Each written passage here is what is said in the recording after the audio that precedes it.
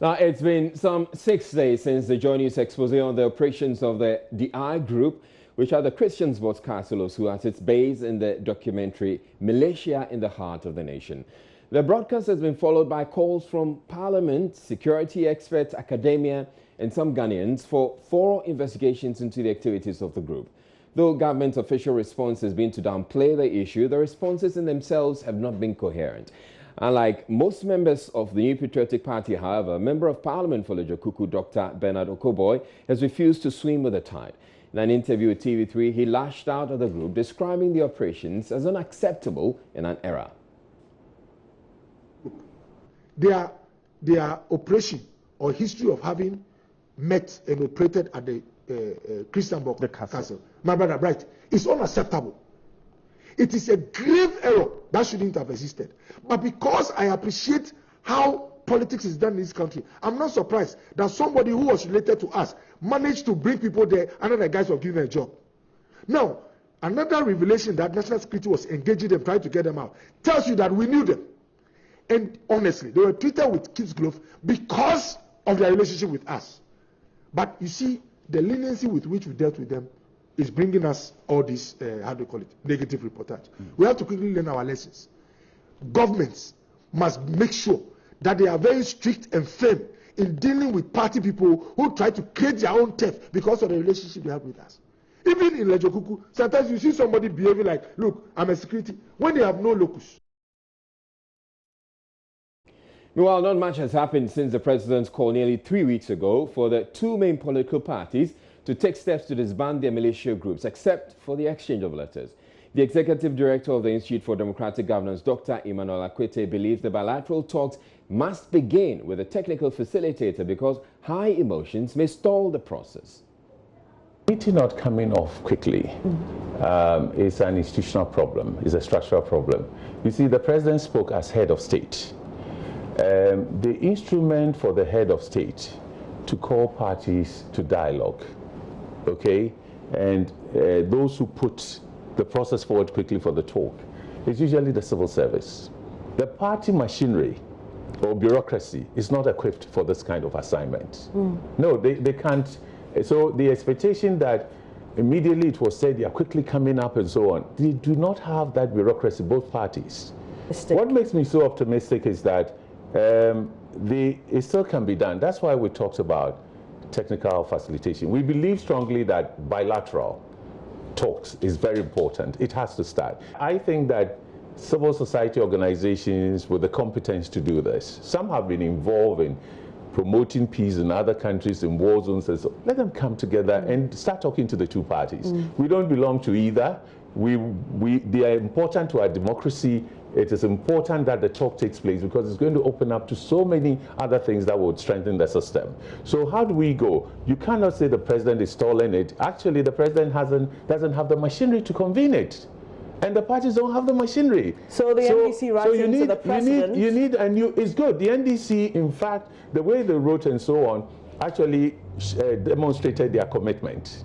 But it doesn't answer or fill the gap of the machinery, administrative machinery that ought to have been there, trusted by both, to put the thing in place. We need the dialogue like oxygen in our democracy. We have to talk, we have to really get to the eye of the matter, you know, not just scuttle around. So I still think that his first preference, logically speaking, is the best one.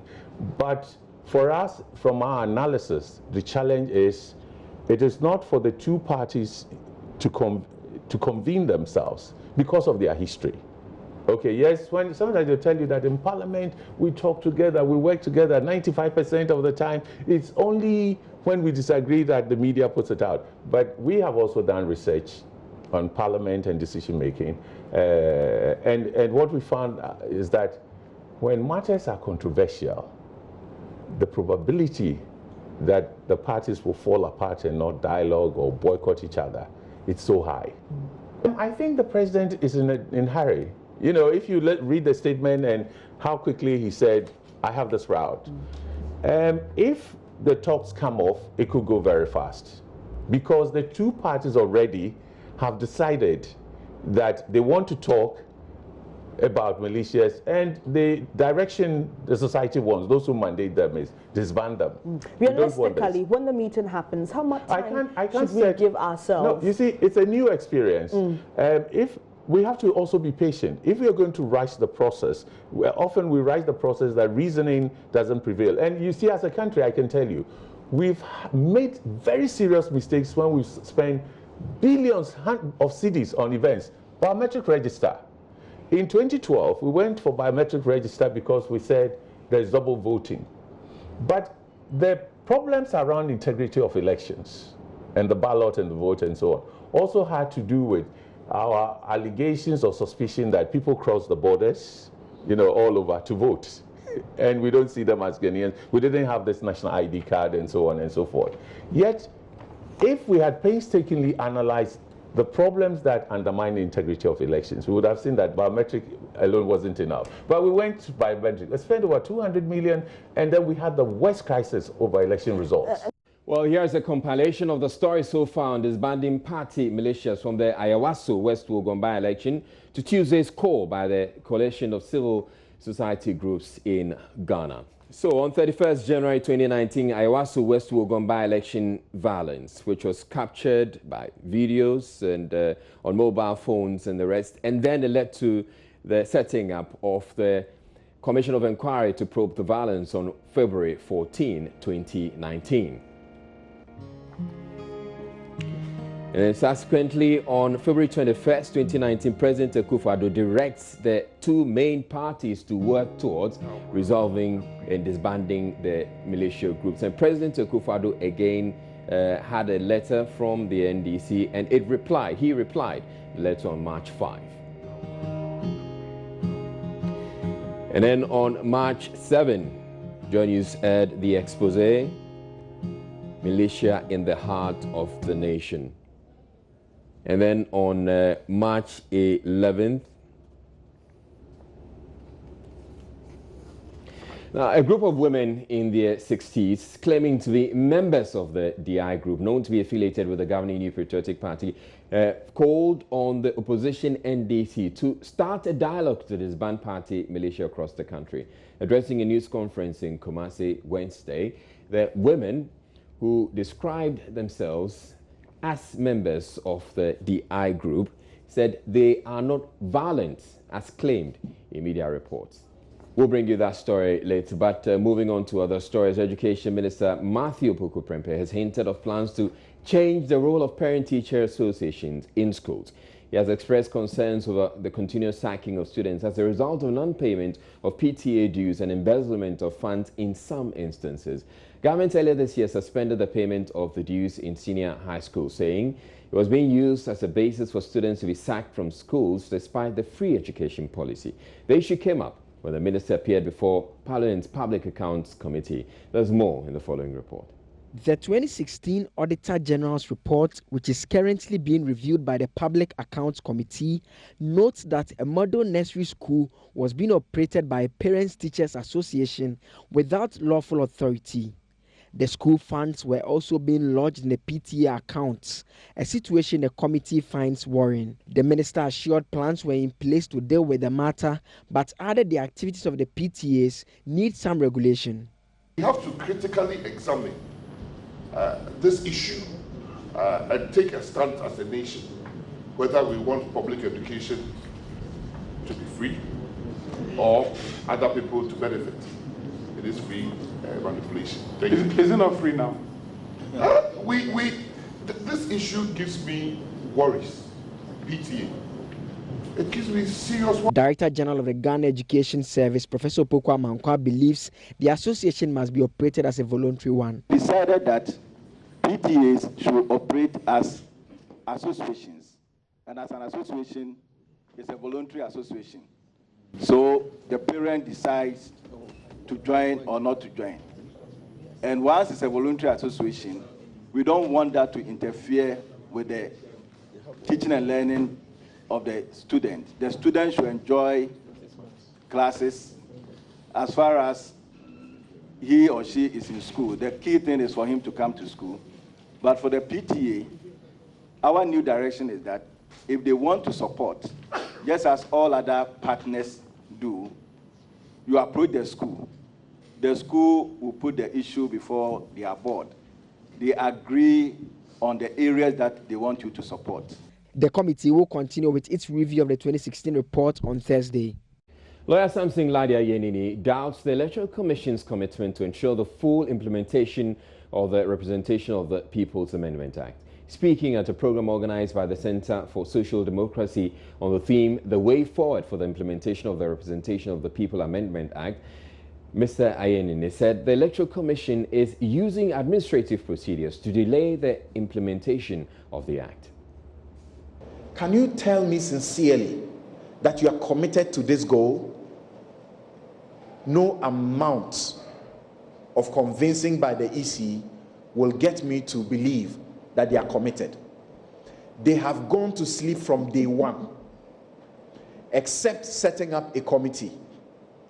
And the committee getting the job done and shelving the report, as we typically do in many issues in this country. This small piece of document called a CI, constitutional instrument, which should contain the modalities, has taken us 13 good years. We don't have a draft. Look, if you gave this job to the dumbest Ghanaian, at least they would have had a draft. If you gave this job to the poorest Ghanaian, for as long as they have a pen and paper, they would have put something down. They would have put something down. 13 good years. Have you heard the EC's excuses? We need to plan it. So they have been planning for all this while, and yet they don't have a draft. I say give it to the dumbest Ghanaian. They would have had a draft. Give it to the poorest Ghanaian. If they are contributing to the discussion, Member of Parliament for North Tong and ranking member on the Foreign Affairs Committee, Samuel Okudzeto-Ablakwa, emphasized that Ghana has to tread cautiously in the implementation of the Act. He indicated that as part of the recommendations for the implementation, Ghana's embassies abroad will be usurping the powers of the Electoral Commission. He argued that having political appointees as high commissioners and ambassadors to spearhead the process can be problematic. The political parties have confidence in a process that the embassies are being proposed to be in the lead. If the MPP was in opposition and the NDC was in power, would they accept that? Currently, one of the issues that is simmering is the number of political appointees we have as ambassadors. Career diplomats are not too happy because the ratio. An ambassador in South Africa, the famous Excellency A.E.C. Boateng, you remember what he said? That he was there for MPP members first. Known NDC members go and register in South Africa in a process that he is really spearheading. How credible do you think that the process will be? Even if he tries, would the NDC believe in the process? So our view is that if we want to do this, let's commit to doing it well. Let's find the resources. Let's make sure Ghanaians living everywhere. And let's stop this business of trying to use the embassies to usurp the constitutional provision. The position of the NDC is that if ROPA will be implemented, it should be everywhere or nowhere. We're taking a break here on JoyNews Prime, but still ahead, Finance Minister Ken Ofori-Atta says the sharp decline of the Ghana cedi should halt in the next 2 weeks. We'll be back with more. Stay tuned in.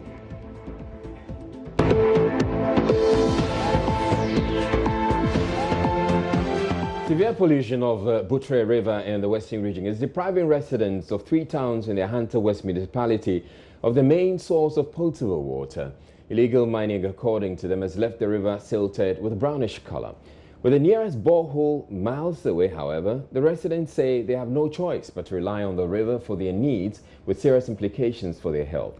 They are appealing to government to intensify the campaign against illegal mining so the river can be restored. Henry Kwesibadu reports. The river Butre runs through the Ahanta West municipality, in Pohor district and the Wasa East district, all of the western region. The river has been the perennial source of water for the 10,000s of residents of Eusejo, Hotopo, Fetri and many other adjoining communities. Residents bathe in the river and use it for other domestic activities. Although residents agree that washing in the river pollutes it for drinking, they also argue that illegal mining has further polluted the water, giving it a dirty look. 85 years now coin potunsunma etumu de okwansina odensun ne ho nembu wonsunmu okonsunmu wo de damnampu no dambu banwe and that insuna bibi basa entumu num sunu. Some drink this water without treating and boiling it.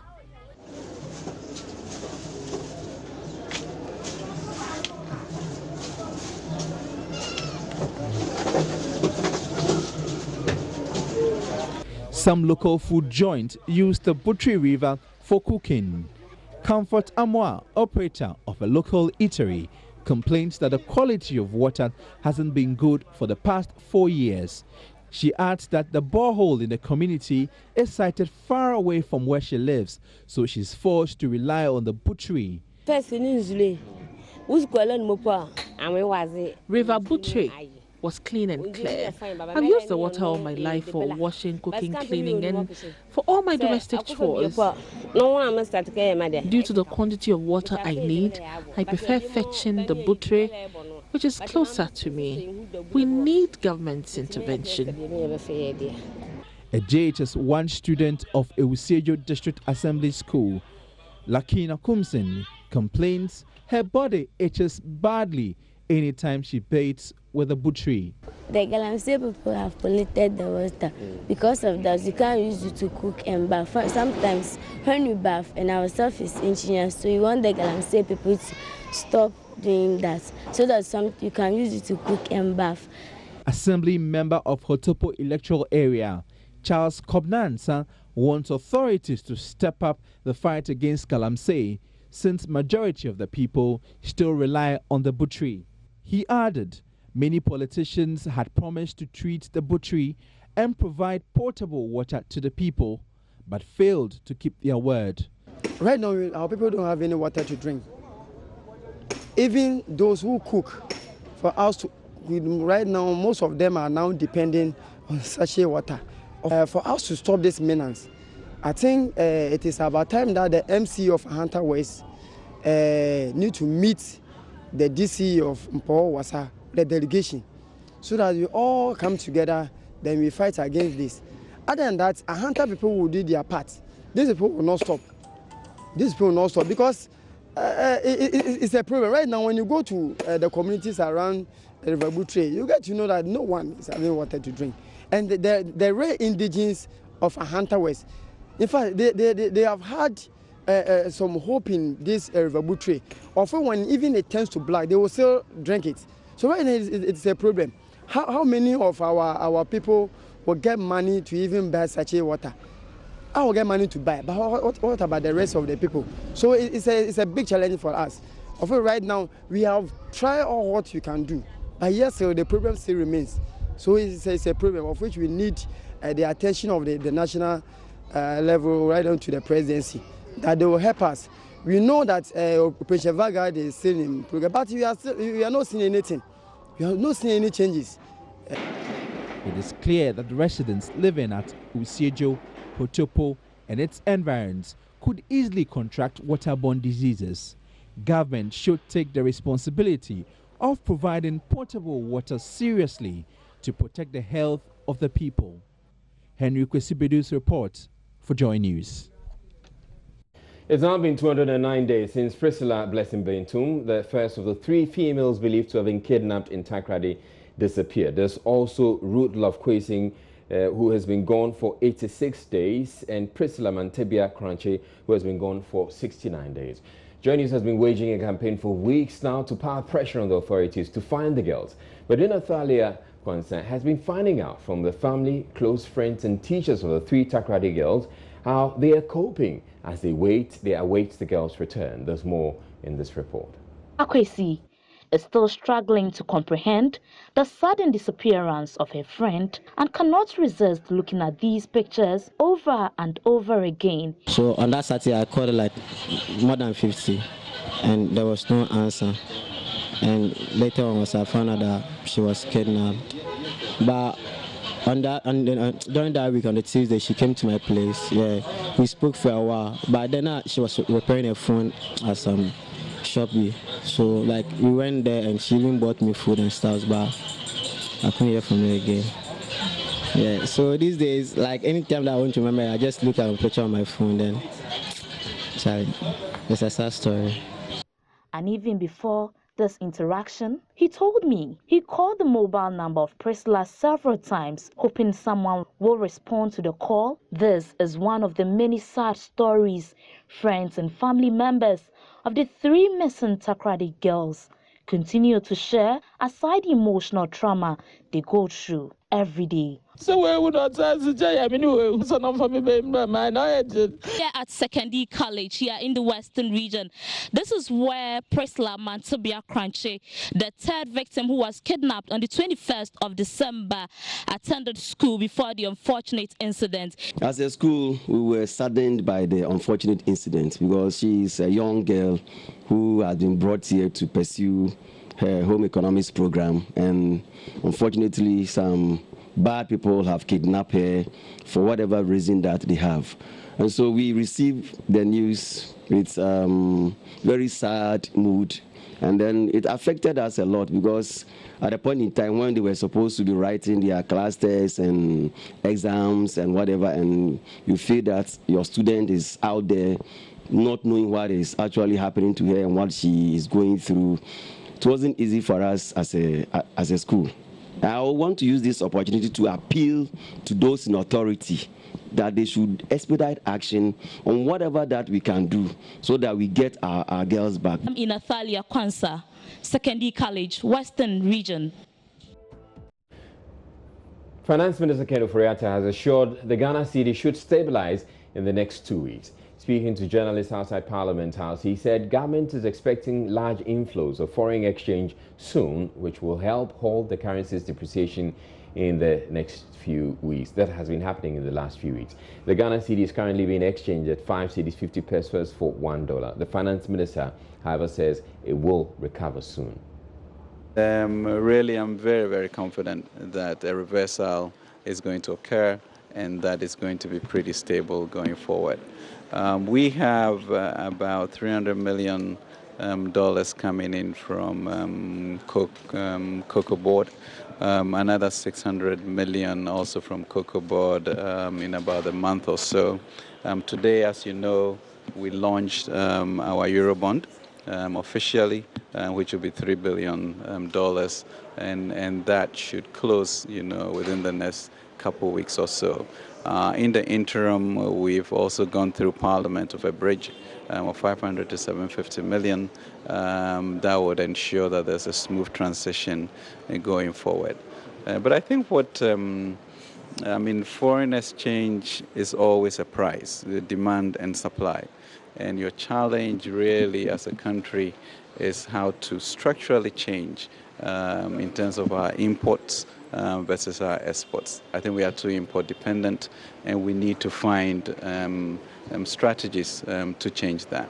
Always will always be battling. It doesn't matter which government, with how the Bank of Ghana should intervene or not intervene. I think last year the Bank of Ghana came through for about $1.8 billion of intervention. In the first quarter last year, they did about $200 million. I mean, this quarter we've done about 90 million as we watch our reserves position. So with the type of capital that we are expecting to get in the next few weeks, we really expect a reversal and a stability that would occur. Now, the minority in Parliament is warning pension schemes expected to invest in the Ghana Amalgamated Trust Fund. They will be on the losing side if they go ahead. They say a future NDC government will take a second look at the arrangement when it comes to power. Parliament has a while ago suspended approval of a 2 billion Ghana cedi sovereign guarantee for the trust. The trust is expected to raise capital from pension schemes to help capitalize 5 local banks. NDC MP for Hogatanga Central, Isaac Adongo, says Ghanaians will lose NIB and ADB if the trust goes ahead with its work. Support the motion for this House to approve an amount of $750 million at Bridge Finance that will enable the government of Ghana to finance some of its expenditures in the budget.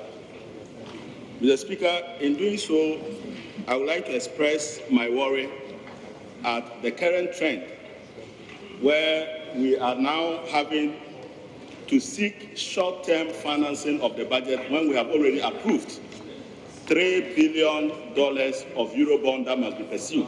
Mr. Speaker, we expect that the ministry should pay attention to raising that $3 billion bond. But to come to the House now to say that once we are looking to raise the $3 billion, we are facing challenges. Honorable Dr. Abdul. Thank you. My colleague chairman just indicated. Mr. Speaker, we are in a country where United States of America, of all nations, are increasing their interest rates. But we sit here and keep announcing interest rates are coming down.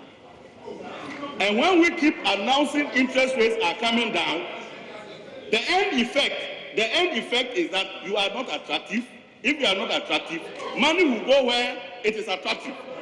And when the money is going away, Mr. Speaker, Mr. Speaker, the fiscal side, I don't know what to be if you want to be debate. Mr. Speaker, we have reached an economics class. The Finance Committee, Ken Oferiat, has been defending the arrangement. He says there's nothing illegal about it. As you know, we launched our Eurobond officially, which will be $3 billion, and that should close, within the next couple of weeks or so. In the interim, we've also gone through Parliament of a bridge of 500 to 750 million that would ensure that there's a smooth transition going forward. But I think what foreign exchange is always a price, the demand and supply. And your challenge really as a country is how to structurally change in terms of our imports versus our exports. I think we are too import dependent, and we need to find strategies to change that. Always will always be battling. It doesn't matter which government, with how the Bank of Ghana should intervene or not intervene. I think last year the Bank of Ghana came through for about $1.8 billion of intervention. In the first quarter last year, they did about $200 million. This quarter we've done about 90 million as we watch our reserves position. So with the type of capital that we are expecting to get in the next few weeks, we really expect a reversal and a stability that would occur. Now, the House has also approved a $750 million loan from Standard Bank of South Africa to finance some infrastructural projects approved in the 2019 budget. Isaac Adongo says the move is an indication that the economy is in trouble. Mr. Speaker, when the government of Ghana is borrowing, the Ministry of Finance dictates the pricing guidelines. Dictates, because it is the Ministry of Finance that can determine how much it can pay as interest cost. You can impose that on the Ministry of Finance. And so when the Ministry of Finance decides that 20% is higher, when the Ministry of Finance dictates that 20% is higher, it will tell the market that my pricing guidelines is only 19.5%. And if you want to do 20%, I will not be borrowing because I can't pay 20%. And that is the reason why the Ministry of Finance has control over the fiscal rate.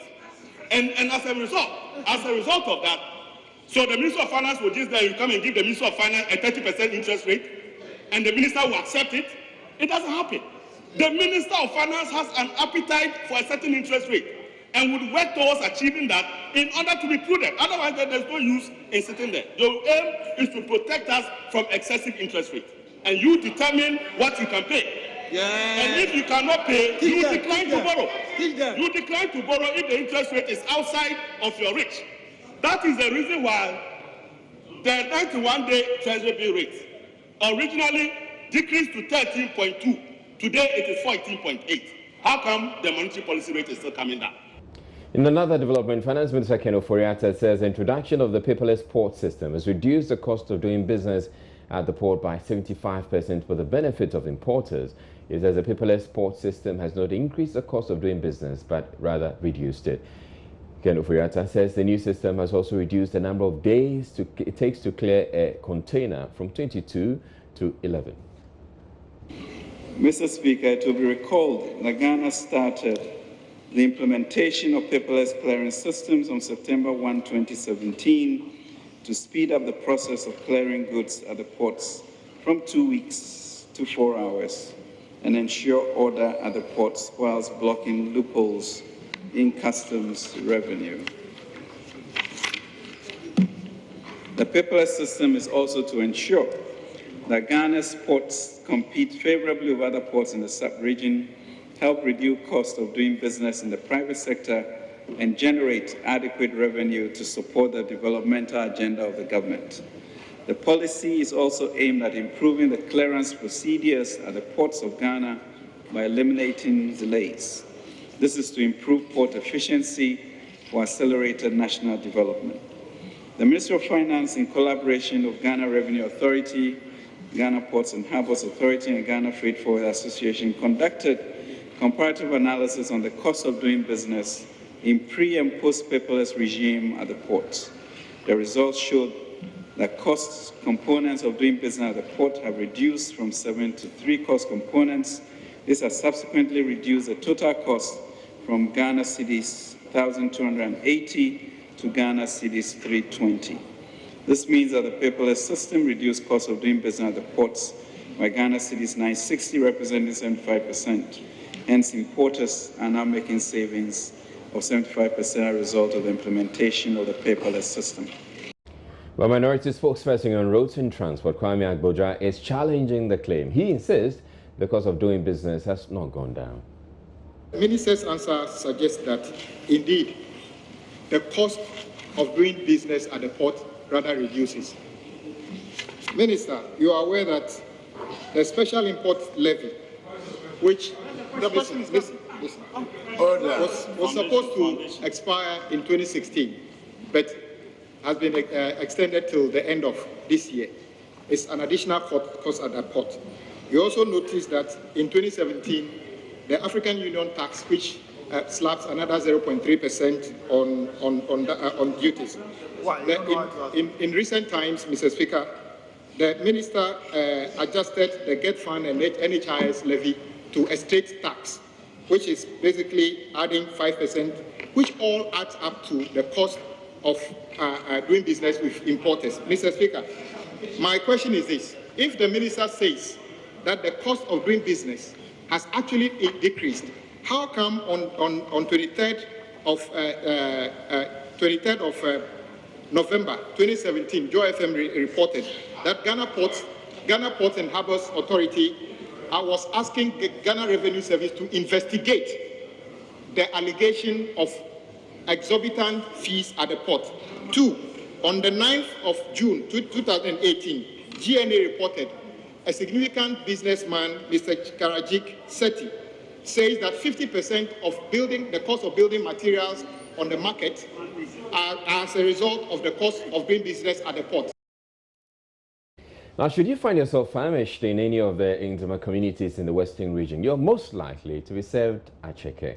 Originally an Ivorian delicacy, it has now been adopted as a Ghanaian staple, even though it has evolved over the years. In our Ghana Month reports focusing on local foods, JoyNews' Western region correspondent Natalia Kwanza visited Iwiabo in the Lembele district to investigate the love for Checka. It is called acheke, a name derived from acheke. That is how the Ebra people of Ivory Coast call it. During the late 19th century, a lot of Ghanaian merchants came in from Ivory Coast to do business. It is believed they brought the food to Ghana. Today, acheke is cooked a little differently from the traditional Ivorian way. Acheke yakpoto yegwa osenyanu water oye yegwa okudukunu yewura obrani abo oyagesia yevi ewura obakani abo oyua yevi egwesenyanu yape yagere yedu ye acheke. We mix the cassava dough with water in pan. Then when the dough settles, we pour the water away. After that, we put the dough in a sack, then put it under heavy bricks to drain the water out of the dough so that we can get dry dough. After it is dried, we sieve it and dry it again in the sun. From there, we start preparing the acheke on fire.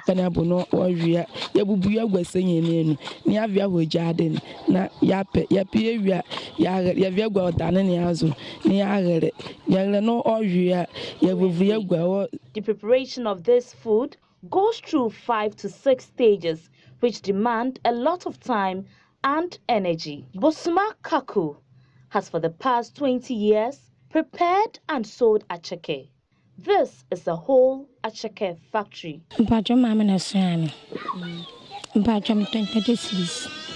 My mother sent me to get this for her at a price of 80 Ghana cedis. We have a measuring cup ranging from 1 cedis to 2 cedis. Ebia one plus na ne yedi besu ti se opese auto 1 cedi e be de copy ni besu 1 cedi am pese auto 2 cedi e de copy 2 cedi beto e besu am. In short, grate the cassava, ferment for about 5 days. The fermented dough is mixed with water, poured into a sack, which is laid on a wooden structure, tied with a rope to essentially drain the water. This process takes hours and sometimes days. The cassava is dried in the sun and then steamed to produce acheke. In fact, we don't use time, but when we feel the cassava dough and it is dried and okay as we want, we start preparing it. It is very, very difficult in preparing acheke. At times after doing it, we feel a lot of pain in our body, especially in our palms. It is best eaten with fried fish, with pepper and onions. Meet Chef Robert Ejay. He works here at the Aya Community Center.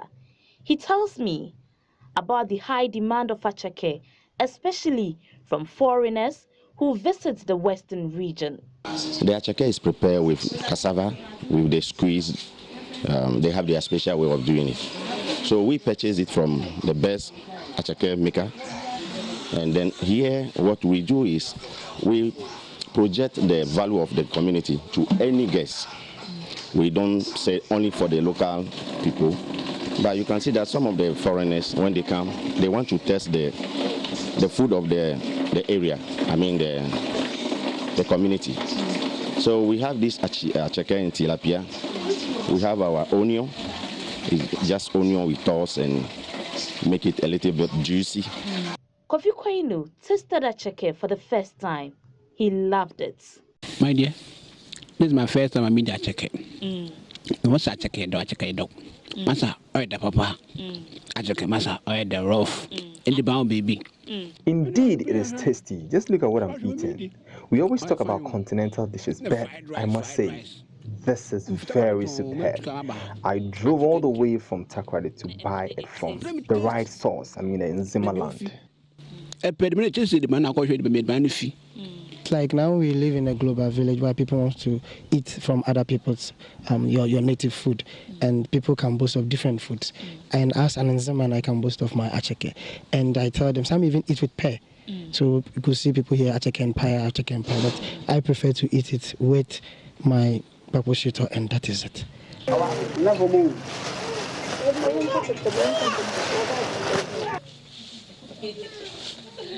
It took us 4 hours preparing this. We went through 6 processes.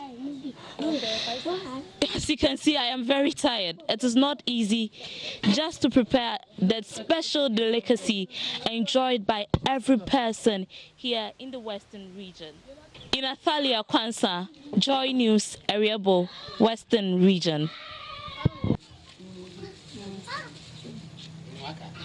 But that'll be for the bulletin. I am Israel. You have a good night.